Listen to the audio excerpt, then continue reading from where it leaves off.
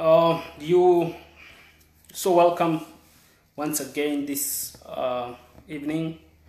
I trust you are doing fine. Now today, as I promised, I want to look at the Quran. We want to discuss about the life of Muhammad. We want to have an attempt to read the Quran chronologically. Now that is something that is not very easy because the Quran has no chronological order. The way it is written is not in the chronology of how it was revealed or in the belief of Muslims.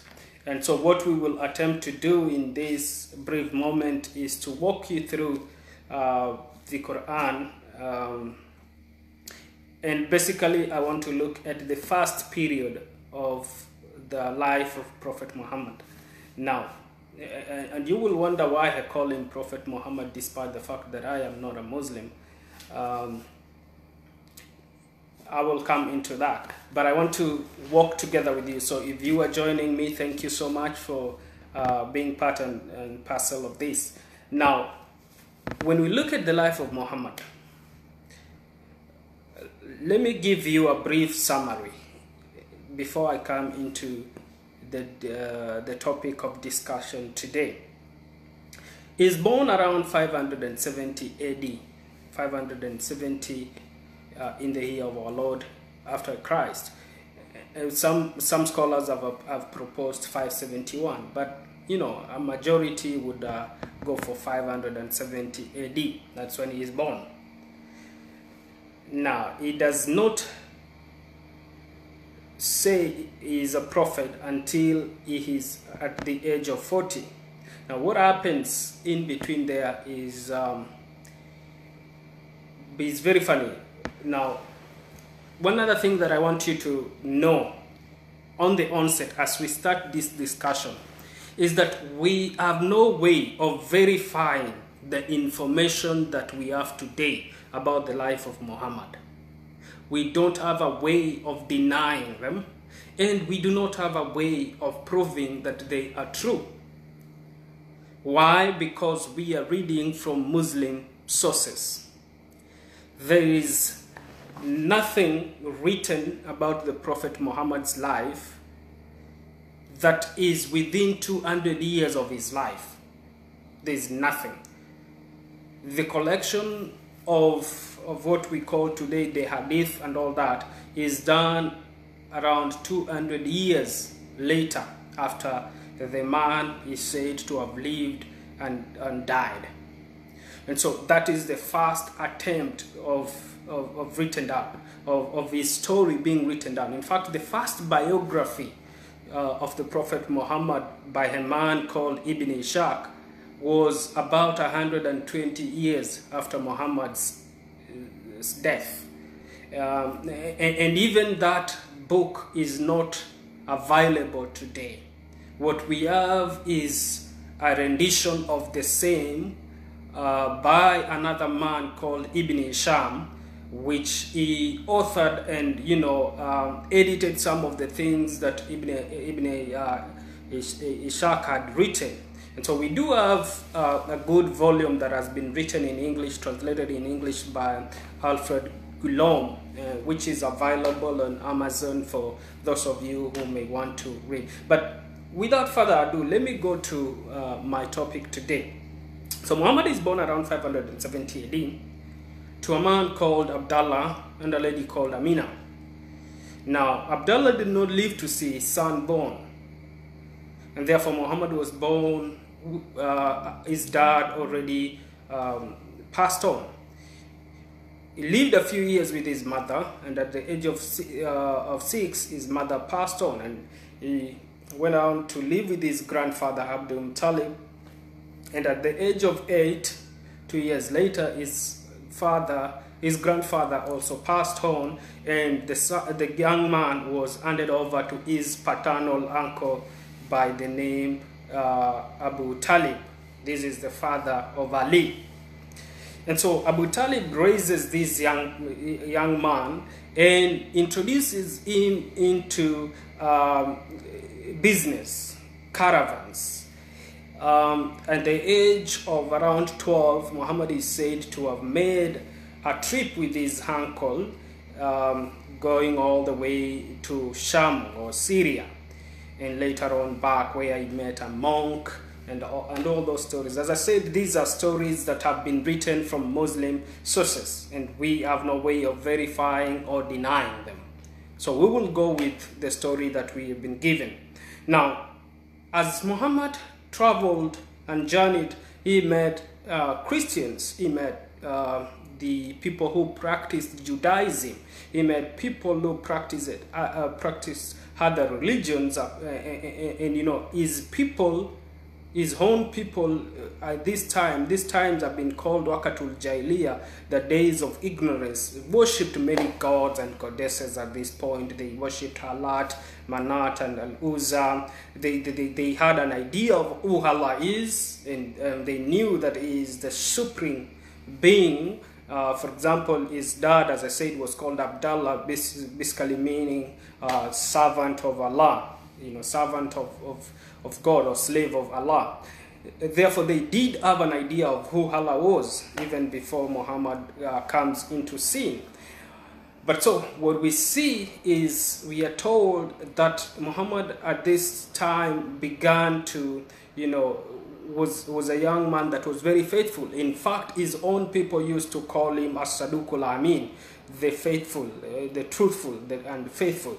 And then one of the ladies, she was a widow, twice widowed, according to Sunni sources. She was twice widowed.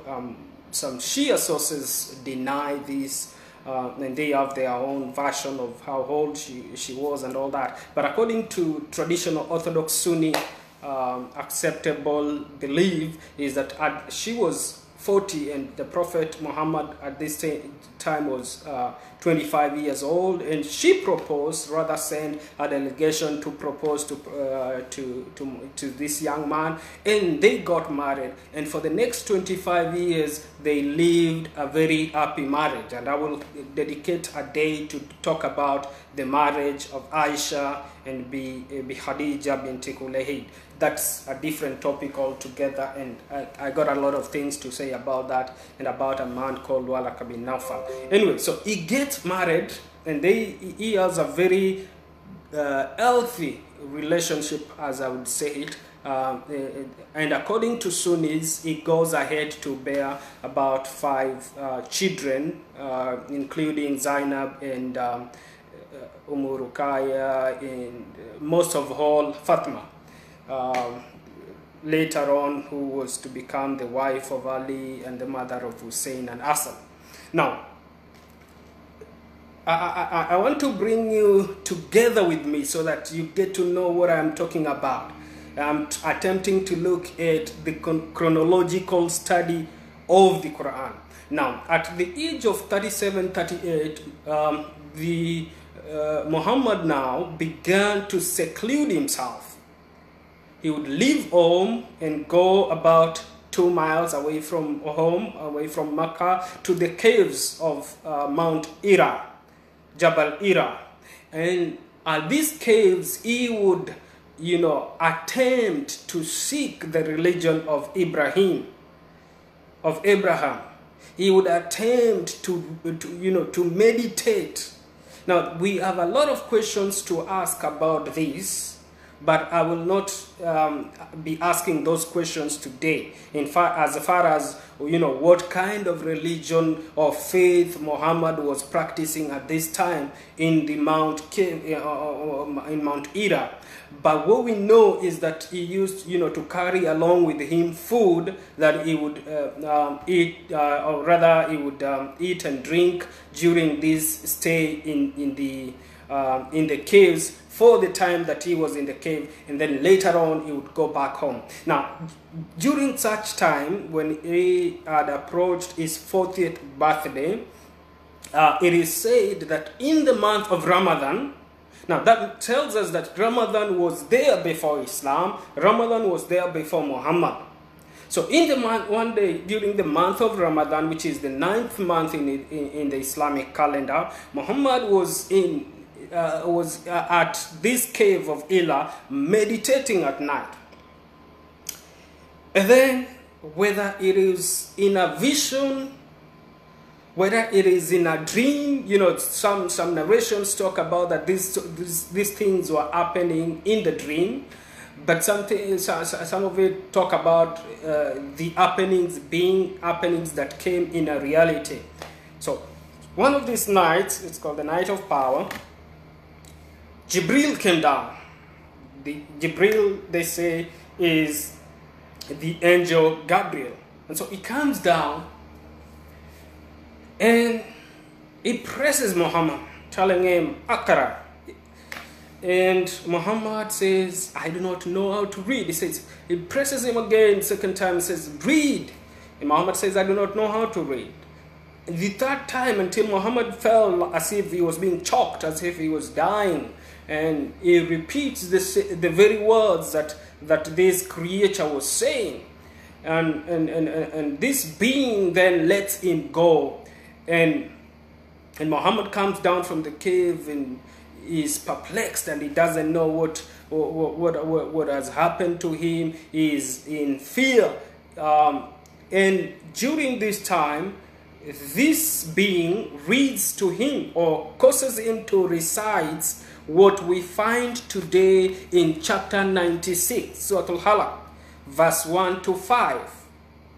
Now, these verses, chapter 96, verse 1 to 5, is said then to be the very first revelation of the Quran. Now, this is according to many scholars. Now, there are some scholars that have argued that it is not. But we will talk about that later. Let me read for you the words that we find in chapter 96. And why is it that these words are in chapter 96 and not chapter 1 of the Quran? And therefore you will realize that what is said to be the first one is actually placed on chapter 96.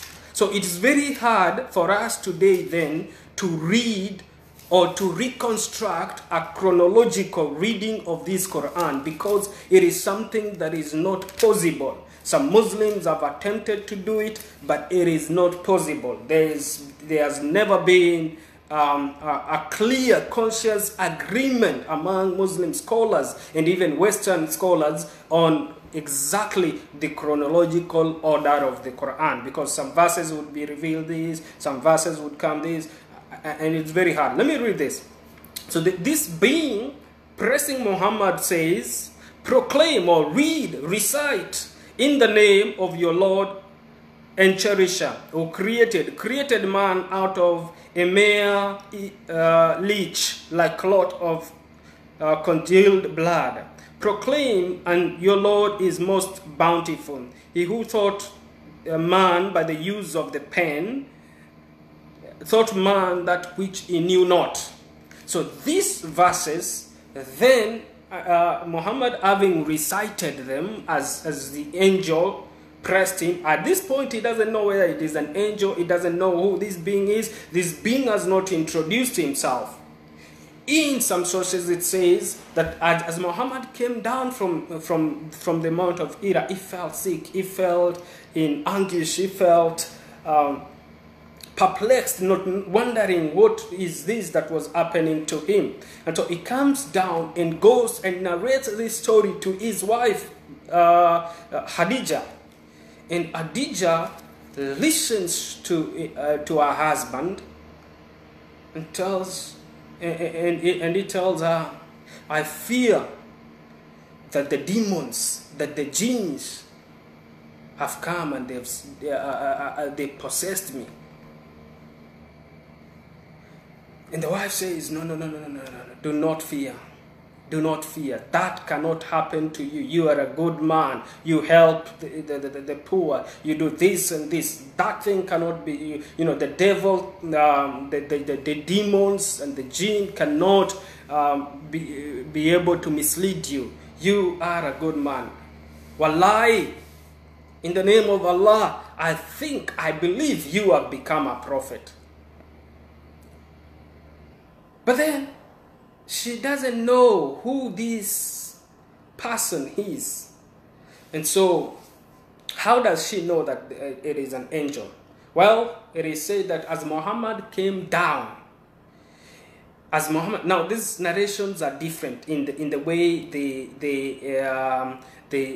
have been narrated, and for those of you who can read, just check on the introduction in Sahih Bukhari, check on especially if you can get one of the best books today that we have about the biography of Muhammad is called The Sealed Nectar, Al-Rahiqul Maktum. It's one of the books that are available today, and you can read these stories. Now, so as he comes down, he's still able to see this being in the sky. Comes down and say, "Cover me, cover me, cover me." He's telling his wife, and as he says this, another revelation comes to him. And we find it in Surah Al-Mundathir. Now, some scholars have said that these is actually the first words of the Quran. So whether we go with Surah Al-Mundathir or we go with Surah Al-Alaq, it's not really point of contention. The thing is, both of them are very revealed, very highly. Let me read. It says, "Who you who is wrapped up in a mantle, arise and deliver your warning, and your Lord do you glorify, and your garments keep free from stain, and all abomination shun." Now, it says, "Oh ye that has covered up," because Muhammad at this point runs to his wife and says, cover me," because he doesn't want to see what is purportedly seeing in the sky. And the wife is like, "What are you seeing?" And she explains. And the wife now, in order to discern whether this is a demon or an angel, does something. It takes the husband and makes him sit in his lap, in her lap, and she uncovers herself and says, "Are you still seeing?" At the first point, Muhammad was still seeing the same creature. But as she uncovered herself, Muhammad was not able to see the creature. And so the woman discerned, allegedly, that must be an angel. But to make sure that this thing that she was seeing is true, she goes to her own cousin. His name was Waraka bin Nawfal.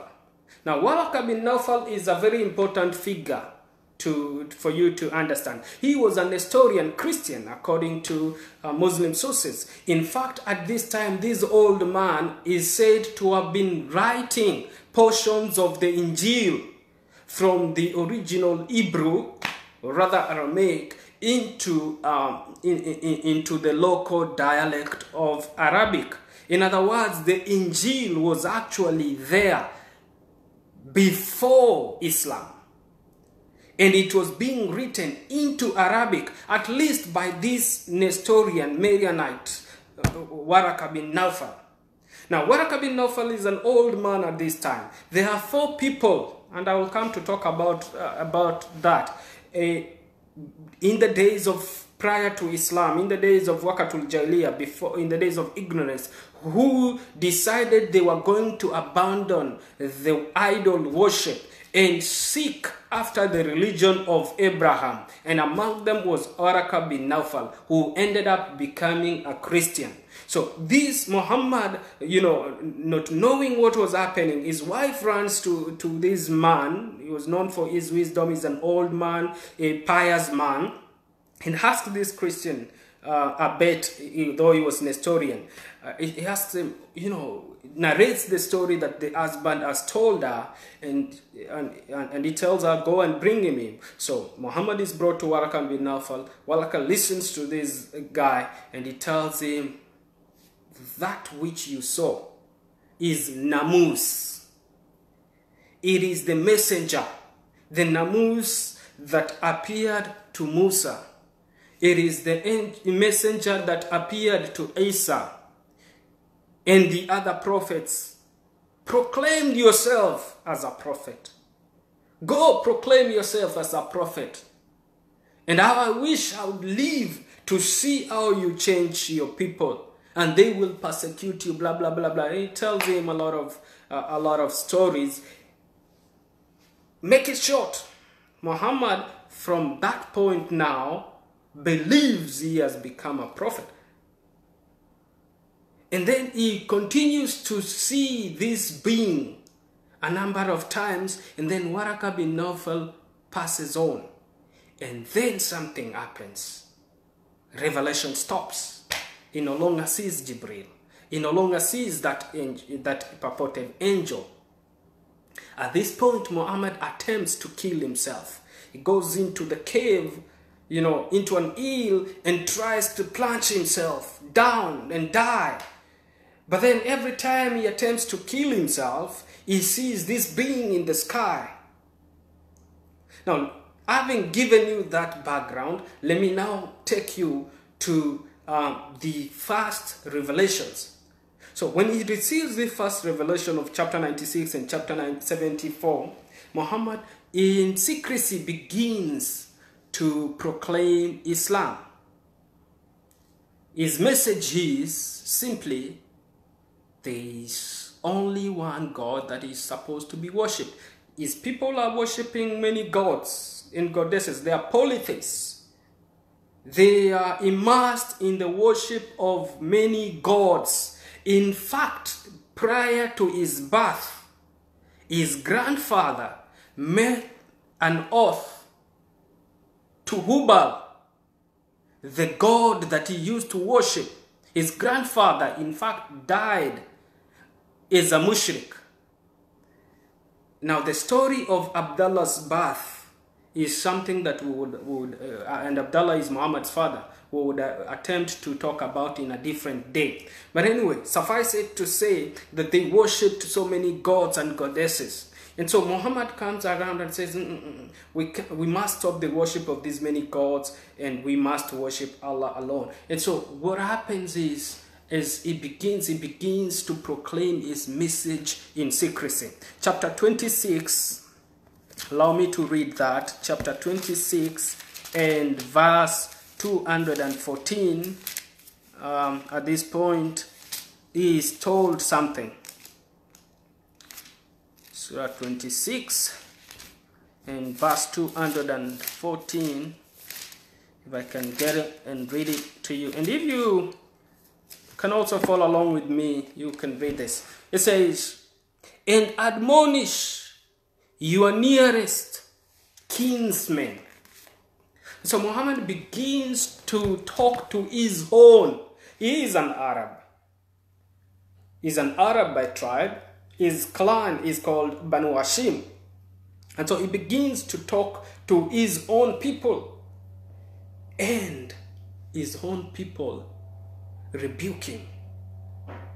They knew him as a young man that was faithful at this, and they used to call him as-Sadiqul Amin. But at this point, when he begins to come up with a message saying that we should not worship other gods, let's make this big God the only God, they began to rebuke him.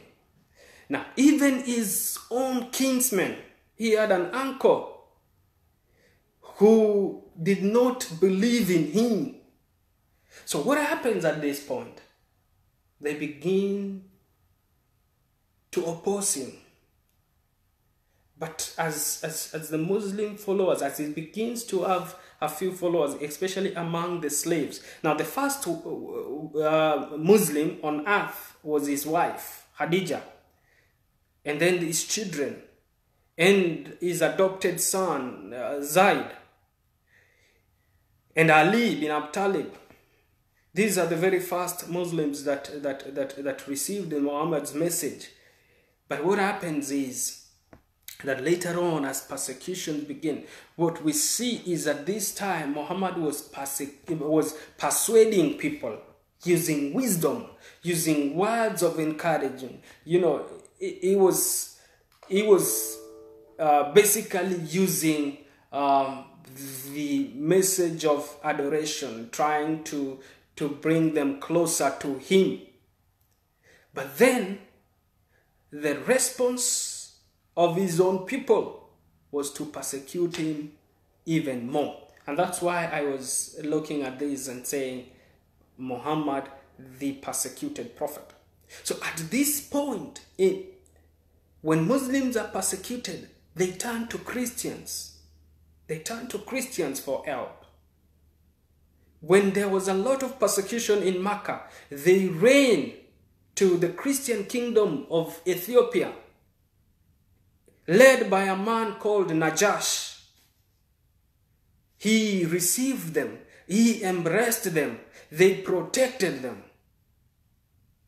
Because these people had come, as if they were fellow Christians that were being, believers that were running from persecution. And so the church in Ethiopia received them. Sometimes when I talk to my fellow Christians, I say, hey, look at history. Among the people that actually ended up in Ethiopia, one of them became a Christian, but the rest later on went back to Makka. And I will talk about how they left Ethiopia to go back to Makka on a different day. So the message of the Quran at this point is in praise of Christians. In fact, the Quran says in Surah Al-Ma'idah, chapter 5 and verse 82, that you will see those who are close in affection, in love to the Muslim, to the believers, are these that say, we are Christians. Muhammad called them the followers, the Nazarenes, the followers of the man from Nazareth. He called them, he said that in their hearts is meekness and love. That's what the Quran says about Christians. At this early moment, when polytheists rejected him, he said, La ikraha fil din. There is no compulsion in religion. We cannot force you. His own uncle rejected him, and he was among the chief people that opposed him. But at this point, because Muslims were few, because he had no way, he could not retaliate with power, with the sword. He could not, because they were still very weak. They were still very few. And in fact, until today, unless you get to understand the two faces of Islam, you can never really understand the Quran. Because there are two faces. This early face, this early chapter, 12 or 13 years of his life, Muhammad is calling people in wisdom. In fact, he says in, I believe, which is Surah 16, the chapter of the bees, verse 125, if I can read it for you. And at this time, they accused him. They said he was Majnun. They said he was demon-possessed. They told him he was a poet, a demon-possessed poet. And they told him very many words. They accused him that he was learning these things. Somebody else was teaching him. And we will see how Muhammad attempts to answer them. He says, invite all in the way of your Lord with wisdom and beautiful preaching, and argue with them in ways that are best and most gracious, for thy Lord knows best who have strayed from his path and who will receive guidance. And so Muhammad at this point is very accommodative, I would say, of other belief system. What does he say according of Christians and the Jews? He says in chapter 2, this is early period, I will read, and this is something again that he repeats in chapter 5, but let me read chapter 2, Surah Al-Baqarah, and I believe it should be 62, let me check. verse 62, it says, those who believe and those who follow the Jewish scriptures, and the Christians and the Sabaeans, and those who believe on Allah and the last day and work righteous shall have their reward with their Lord. On them shall be no fear, nor shall they grieve. So he says to the Christians and the Jews, if you believe in God and you do good deeds and you believe in the last day, you shall have your reward. You have no fear on that day of judgment. So he is in praise of them. In fact, again in chapter 2 and verse 47, it says concerning the Jews. Now, this is very important. This is the message that he is talking to them, because at this point he is still trying to entice them to receive Islam. He's still trying to bring himself to for the Christians and the Jews also. He called them Ahlul Kitab, the people of the book, you know, because he already found them with scrolls, with the Injil and with the Old Testament among the Jews. So he was coming in the same lineage of prophets that were found in the Bible, and therefore he wanted them to embrace him. And therefore this is what he says also according to, in regard to the children of Israel. He says, "O children of Israel, call to mind the special favor which I bestowed upon you, and that I preferred to you above all others." So in other words, the Quran is saying to the Jews, you know, Allah, God preferred you, he favored you among many, above all the people on earth. And this is the very message that we find in the Bible. If you read Deuteronomy chapter 7 and verse 6, it's basically the same thing. God is telling to the children of Israel that I favored you, not because you were many, because you were very few, but because I favored you and because I had promised your father Abraham. That's why I chose you. So he elected them. So Muhammad comes with a message that you know, seems to be in line with the message that had been received prior by the message, the prophets before. But then what would be the result? Would Jews and Christians embrace him? No, they didn't. They didn't. In fact, a Christian delegation from Najran, present-day Yemen, led by Bishop Abdul Masih, came to Yathrib, to Medina, and they came to listen to the Prophet Muhammad, and they listened to him for 3 days and 3 nights, days and nights. They were listening to this man. They were listening to to his message, and at the end of the 3 days, they said, "Yes, you're talking about good things, but your message doesn't seem to be in line with the Injil, with the gospel that we know." And therefore they rejected him. And what was the end? Muhammad tells them, "Okay, come here, be here, and you here. One of you must be saying the truth. Let's go before God, let's go before Allah and curse. Let's proclaim curses if any one of us is not saying the truth." Anyway, that's a long story for another day. But basically, they listened to him. But what we see the tone of the Quran at this point is that it is verses that speak of peace. It is verses that speak of not compelling anyone to receive a message that they do not want to receive. That is the message of the Quran at this point. And what happens even today, when something is done, for example, if there was a terrorist attack today, and people would go and quote the Quran and say, you know, the Quran says this and this, and somebody else would stand and say, an imam would stand and say, no, no, no, no, no, the Quran does not say so. And they would quote verses like I just quoted, Surah Al-Baqarah, verse 256, La ikraha fil din, there's no compulsion in religion. But what they forget to tell you is that the Quran cannot be read like that because it is chronological. Now, when you get to understand the importance of the chronological reading of the Quran, is that there is something the Muslims call nasikh wa mansukh. Nasikh wa mansukh. What is that? I will read chapter 2, Surah Al-Baqarah, verse 106.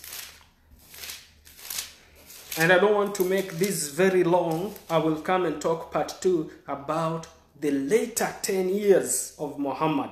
And why this is important. The 10 years of Muhammad. What happens later? Now, chapter 2 and verse 106. This is what it says. None of our revelations do we abrogate or cause to be forgotten, but we substitute something better or similar. Don't you know that Allah has power over all things? So, at this point, Muslims, for example, used to pray facing Jerusalem. Why? I'll talk about that later. They used to pray facing Jerusalem. Now, there are many things that used to happen at this early period of Islam that are not there today. Why? Because of these verses. Because of the thing called nasikh wa mansukh, is that there were verses that were later removed, abrogated, and Allah brought a substitute or something similar, or he says he caused Muhammad to forget. So at this point, the message of the Quran is in an attempt to bring people to Islam. And when they rejected, when the polytheists rejected, he got Surah Al-Kafirun, chapter 109. What does he say? Allow me just to quote without reading. It says, "O ye polytheists, O ye disbelievers, you cannot worship that which I worship, nor can I worship that which you worship. You have your deen, and I have my deen. You have your religion, and I have my religion. You have your God, and I have my God." So Muhammad is not forcing them. He is not saying that, I have a better religion. No. He's saying you have your religion, I have my religion. I have proclaimed to you that which is from Allah. You have refused, we have rejected. Halas. Stay with your gods. I have my God. That's 109, chapter 109 of the Quran. Now, something happens, and this is where I want to end for today. In 620, Muhammad lost two very important people in his life within a period of 3 days. His uncle, Abu Talib, the man that had raised him, the man that had been a pillar to him. Now, there's something that you need to understand. In many African societies and Arabs, kinship is very important. You may differ with somebody, but because he is your relative, there is a bond of blood that is very important. So Abu Talib, according to Sunni sources, did not embrace Islam, did not become a Muslim, but he protected the Prophet Muhammad with his own blood. He protected him with his own wealth. Yes, he differed with him. He did not agree with him in terms of what Muhammad was teaching. Yet, as a father, he was a pillar. Now, Shia Muslims, they say that actually this guy was a Muslim, only that he practiced taqiyya. He practiced hiding his faith, from so that he would not be embarrassed before his own people. you know, because of rejecting the faith of his forefathers in view of what his nephew had come up with. And therefore, they say that he was a Muslim. But I will leave that debate to the Muslims to you know, argue out whether this guy was a Muslim or not. But then, he was a pillar to Muhammad. Khadija was also very wealthy. She was a wealthy woman. And she protected Muhammad. And as long as these two people were there, yes, Muslims would persecute Muslims, because the early Muslim, most of them were made up of slaves and, you know, low people in the society. They would be persecuted, but they would never really directly persecute or touch Muhammad, because they feared if they touched him, the Banu Hashim, led by his uncle, would fight back. Now, his uncle, remember, and his own kinsmen, they were tribal chiefs. In fact, his grandfather was in charge of the Al-Kaaba, where we have the black stone today. His own grandfather was in charge of that.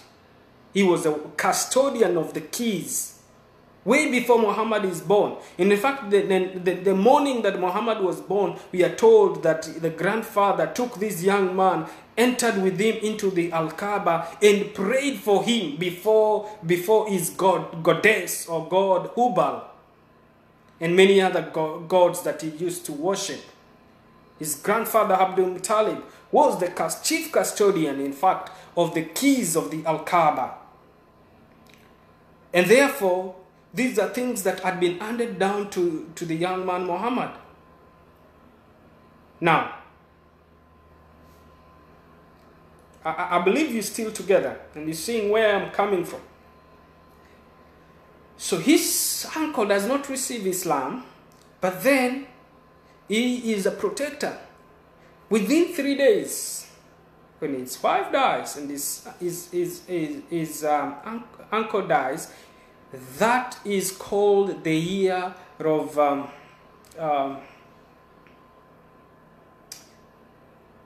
I'm trying to get the Arabic word uzun. I really don't know what's the correct English translation of it. Let me just put a paraphrase and say the year of mourning, the year of the year of mourning, the year of sadness. It is a year of sadness because he has lost two very important people in his life. And from that point on, the persecutions of the Quraysh and the Arabs became fierce. You see, these guys controlled the business of the Al-Kaaba. The Arabs used to come and circumnavigate and perform the Hijjah in Makka while naked. They could come from all over the Arabian Peninsula. So there was a lot of business going on in Makkah during the months of Hijjah. And so when Muhammad comes up with the worship of one God and trying to tell his people to abandon the ways of their forefathers, he is actually attacking directly the economic infrastructure, the economic backbone of Makkah and the Quraysh. And they could not tolerate that. And therefore they wanted to persecute him even more. And that's why when they persecuted the Muslims, they fled to the Christian country of Ethiopia. There was a lot of persecution at this time, even of Muhammad himself, although they would not physically harm him, but they tried to do a lot of things to discourage him and to discourage the early Muslims, including some of them becoming martyrs. And the first person was a lady who became a martyr of Islam. Now, let me fast track that to 620. So these two figures have died. Muhammad remains vulnerable to the attacks of these people. And when at this point now, they begin to make plans to kill him, to get rid of him. And what happens? In 622, at the epitome of their plans, Muhammad discovers those plans and he flees together with Uthman bin Affan, or rather Abu Bakr. They flee. Now, as he fled, he had his cousin, young cousin, sleep in his own bed. And so as these guys came at night to thinking they're coming to finish him, that very evening, they discovered that it is the young man, Ali, that was sleeping on that bed. But this guy had escaped. And he escapes to a city called Yathrib. Yathrib would later be renamed as Medina al-Munawwar, the city of the Prophet. That marks a very big transition in the tone of the Quran and in the life of Muhammad. The early verses of the Quran were very, remember, as I said, they were very, convincing in terms of trying to call people in wisdom, trying to tell them, you know what, I am bringing you the very message of Abraham, the very message of Isa, the very message of the prophets before. Now something happens. He flees to a city that is dominated by the Jews. The economic backbone of Yathrib is led by the Jews. 3 or 4 chief tribes of the Jews are staying in Medina. Remember, after the year 500 and the year 70 AD, when Emperor Titus of Rome led the Roman kingdom in burning down the city of Jerusalem, the Jews fled. And as they fled, they went into Arabia, and one of the places where they settled, a number of them, was in Yathrib. And so Muhammad flees to this city that is inhabited by the Jews. What is going to happen later is dramatically what will change his message and the message of the of Islam. Now, it is very important, as I finish, to say this: the Islamic calendar does not begin in the year 610 when Muhammad proclaimed himself a prophet, but it begins in the year 622 when he fled from Makka to Medina. Why?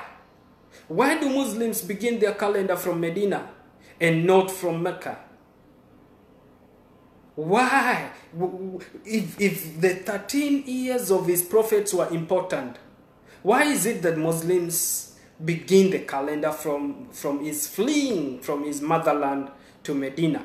Because in Medina, something happens, and it is something that I would love to talk about in the next broadcast. So tune in with me. Stay there and get to know the transition. This is going to transition the message of the Quran. This is going to change everything you know about Islam. Everything that I have said today is going to change. In fact, it's going to be thrown outside the window. Everything. And now we will have what we call Islam. In fact, at this point, up to the year 622, what we know is not what we know today as Islam. What we read were the things that I spoke about today, about the good messages of the Quran, about the wisdom of calling people in wisdom and all that. All that is Meccan. In the Meccan Islam, in the Medinan Islam, the Meccan period and the Medinan period are two different, and we will see along what happens later. Thank you so much for joining together with me. Once again, if you want to be following some of the teachings that we have, you can go on to our YouTube channel. Just look up for Mwalimu Chaka on YouTube, subscribe, and be part and parcel of this. You can also check our website. Again, our blog post is Mwalimu Chaka at blogpost.com. just check it out and be part and parcel of this. If you have your questions and you have a specific topic that you would love us to discuss about, I would be glad to discuss about it. If there's something, if you have questions, please go ahead and inbox me. We have a page, it's called Mwalimu Chaka. Go ahead and check it out and like the page. And thank you so much for just being part and parcel of our team.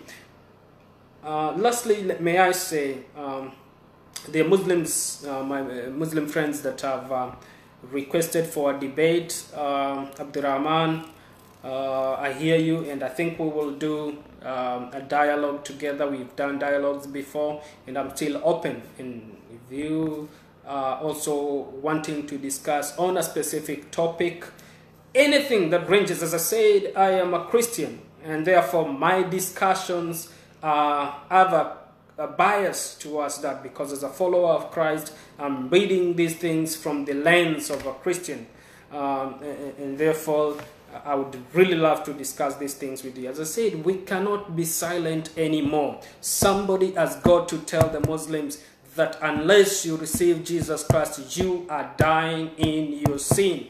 And if you die without Christ, there is no remission for you. There is no hope for you after these ones.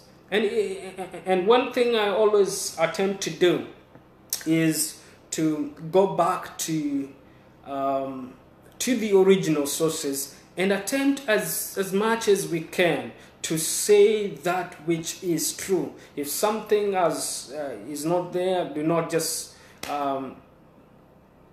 say things that have no facts. And therefore, that's why we attempt to go back to the original sources. Today, in summary, I was just looking at the early periods of Islam, and as I said, it is very hard to reconstruct a chronological reading of the Quran. We can attempt to, but it is very hard. The Muslims have attempted to do that study, and they call it Makkan versus Medina surahs. It is hard, but it's possible to look at the Quran in the chronology of how it was revealed. One of the greatest Western scholars is a man from Germany that really did a great work in attempting to have a reconstructed chronological study of the Quran. His name is Narke. And I think those of you who can Google it out, check out the facts for yourself. Thank you so much for being part and parcel of this team. Brother Samuel, I see you. Fortunate Slatter, thank you. My sister Connie Wanjiru, it's a blessing to have you today. Connie, I look forward to your quotes.